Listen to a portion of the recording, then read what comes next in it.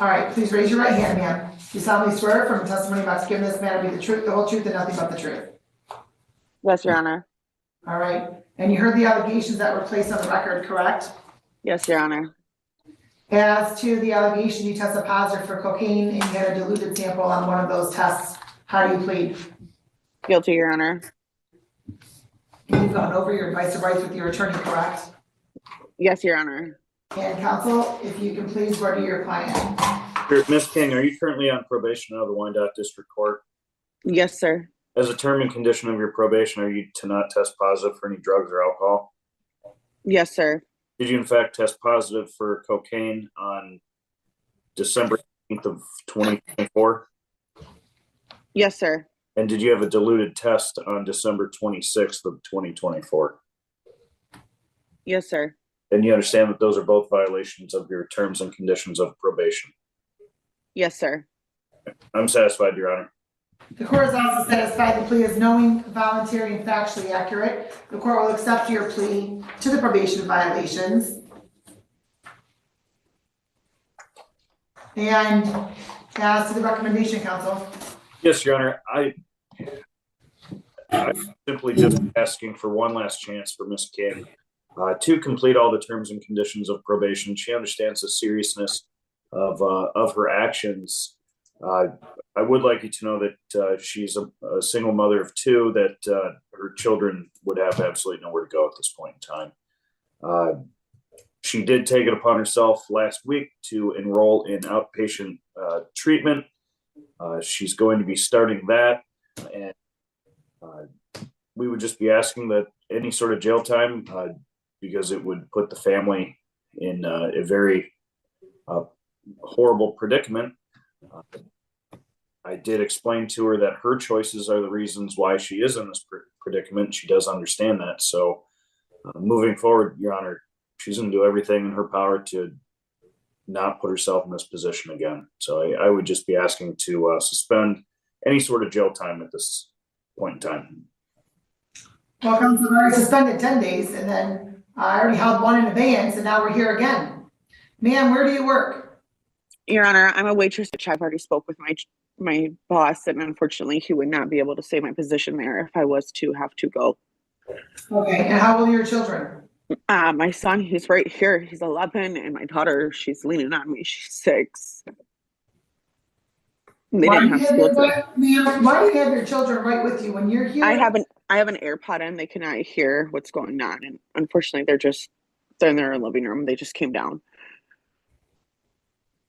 Okay, and so who watches your children when you go to work?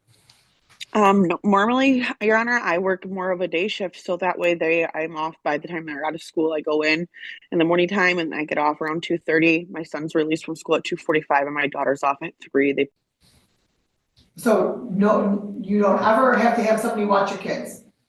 Occasionally my cousin Camille does if I work like a night shift, but she lives all the way out in Monroe.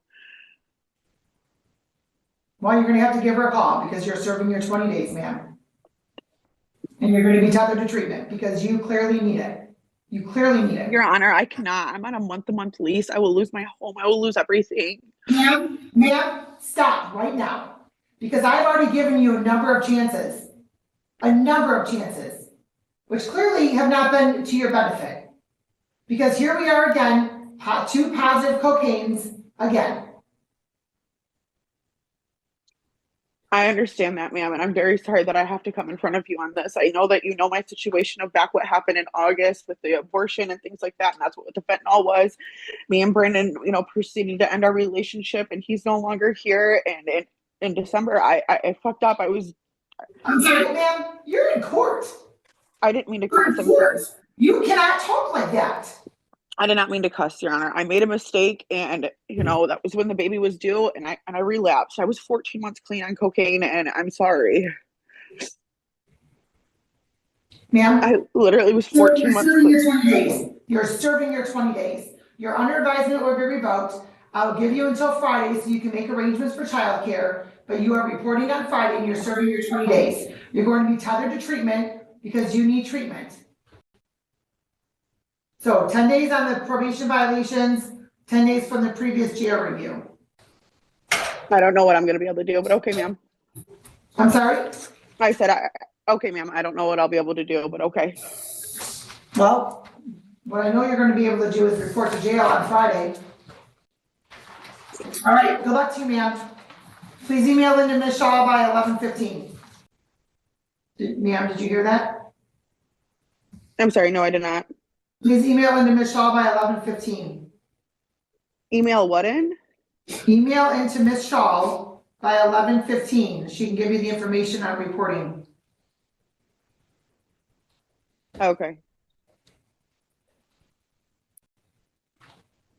So I have a question. So after the 20 days, what happens then? Then you're released. Then you have to enroll in intensive outpatient. You're still on probation, Okay. okay? So I would still be on probation for how long? I don't remember what Because I was up for early release 3 weeks ago. So as of now, what am I going to be doing? I don't see how this is going to help somebody, but all right. You don't see how what's gonna help somebody, ma'am? How jail time is going to help me, if anything, that's going to put me back behind more and possibly lose my children, my home, my house, everything. So I just don't see how that's going to help anybody. And if someone is struggling with addiction, that isn't going to help anybody. So this is just, I just feel like this is up for failure at this point, Your Honor. So I take in what you're saying, and I just want to know what else is going to happen with my probation afterwards. Ma'am, did you hear me when I said you're going to be tethered to treatment? I don't, I'm going to be what? Tethered to treatment. So you're going to report to the jail, and then they're going to place you in an inpatient treatment facility. That's how that's going to help you, because on your own, it appears to not be working very well. So this way you can get the tools so that you can stay clean and sober and in active recovery for your children and yourself. Right, but you're saying that I have to do the 20 days and then go do that. So how long am I looking to need to have childcare lined up for my children, if you're telling me I need to have lined up by Friday? You're not listening to what I'm saying. I don't think you're understanding what I'm saying. I'm not. That's why I'm asking questions. You're going to report to the jail on Friday. They're going to book you in. Then they're going to send you, within a day or two, usually, they're going to send you to an inpatient treatment facility. So your jail time is going to be served at the inpatient treatment facility. Okay. That's how that helps you. Okay. But your choices have you where you are right now. So do not try to guilt the court as to how that's going to happen or anything of that nature as to what's going to happen if you end up losing your job or whatnot. Their father just lives in Genesee County, so I just don't even understand how they're going to be able to actively follow in school. Like, wait, what? Their father doesn't even live in Wayne County. Like, my dad, nobody lives in Wayne County, so these kids are going to be having to miss school for 20-something days. And make the appropriate arrangements. Contact your cousin. She's local. Local, that's Monroe County. That's a whole different other county as well. I mean, I just don't understand how I'm going to be able to balance this out. And at this point in time, I really don't. So depending on where she's at in Monroe County, she could be 20 minutes away. So I don't know. But in any event, ma'am, you knew what the consequences could be. You knew that.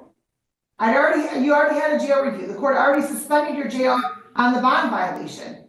The court held your other 2 probation violations in abeyance. So this is what it is. So the court had originally had you on probation for 18 months. And that was April 3rd. So you're not even at your 12 months yet. So you're still on so you'll still be on probation. Even if you're eligible for early discharge from that 9-month mark, you have to wait another 3 months and make sure there aren't any other violations. So to answer that question, okay? Email into Ms. Shaw within the next 5 minutes, please. Good luck to you. Thank you. All right, we're